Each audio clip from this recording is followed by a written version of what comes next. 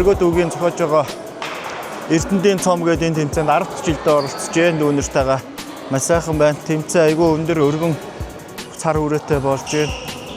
Хотоос баг ирсэн байна. Дархан Сэлэнгээс багууд ирсэн байна. Лигийн хүүхдүүд ирсэн байна.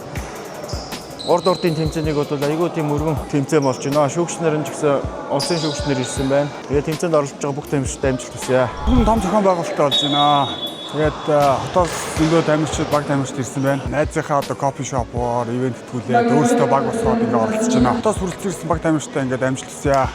Гоё болж байна уу энэ бас нэг майнерсын нэг тамирчдаас ирсэн байна. Одоо их гоё болж байна уу. Тэгээд хотоос том лигийн тамирчид ах нар ирээд гоё болж байна уу. Ер нь бүх тоглолтууд нь амар дандаа ойролцоо айгүй гоё тоглолтууд болдог болсон байна. Энэ жилийнхэн нэлээд хүчтэй л болж байгаа шиг энэ багуудын хахад тамирчид нь нэлээд сайн тамирчид ирсэн байна. Тэмцээн бол маш сайхан. Шүүгчнэр маш сайн гоё шүүж байна.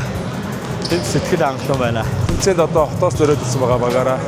Тэмцээн бол яг зохион байгуулалттай хотоос олон баг ирсэн. Эндээс олон баг ирсэн байна. Айгу чанартай сайн тэмцээн болж байна гэж харж байна.